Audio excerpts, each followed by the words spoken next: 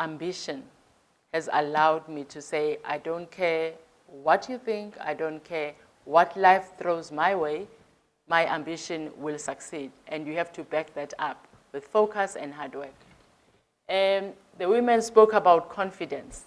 It's actually quite interesting because by default, men tend to be more confident and women by default. Nothing works for everyone, but women by default tend to be less confident. So how women make up for this is being over-prepared, which is not necessarily a bad thing, so that women are not likely to wing it, you know. Men find it easier to do that because of the confidence that they exude. So as women, we really need to build on confidence.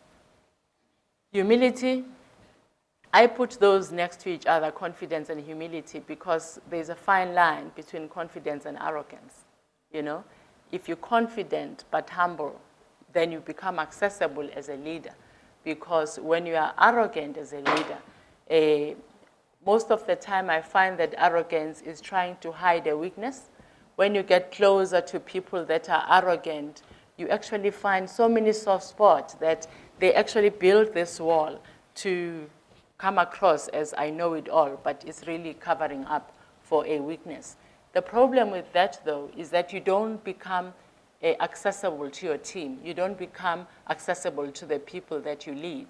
If you know who you are, you're comfortable in your own skin, you have confidence that, you know what, there are blind spots in what I know, but it's fine. The people around me can make up for those blind spots. But for you to be able to transcend that, you need to be humble. So humility, especially in leadership, is very important. Sometimes you say the wrong thing, or sometimes things don't come out the way you wanted them to come out. But humility allows you to go back to that person and say, I'm sorry. I hurt you. I didn't mean to.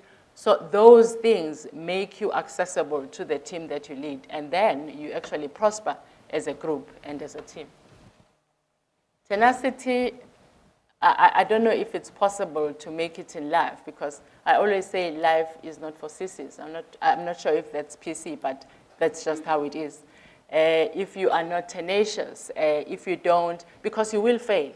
And I find that failures make you a better person. You learn from failures more than you learn from successes, because more often than not, success has an element of luck in it. I'm not sure how much. Each circumstance is different. But if you combine hard work, luck, and focus, then you get success. So, but somewhere there is luck. Professional presentation of self, I don't need to tell you more about that. Before you say anything, people have decided whether you fit in, whether you know anything, before you open your mouth, just by showing up. So obviously it's important. I always call it pursuit of excellence, because I don't think it's an attainable thing, but it's something when you pursue it, it shows, and it comes across well to the people that you deal with. Networks across the board. I find that men are better at this. Maybe things are changing with women as they come more into the corporate sector, as they become more of leaders. But because of how most women were raised, you actually are not seen, you shouldn't be seen to be forward. Sometimes just trying to present yourself and engage with people can be seen as being forward. So you have to find a way that is actually acceptable to the group that you encounter to be able to form those networks. And those networks are important not only in the country, globally, and also even outside your sector, because it makes you so much more functional.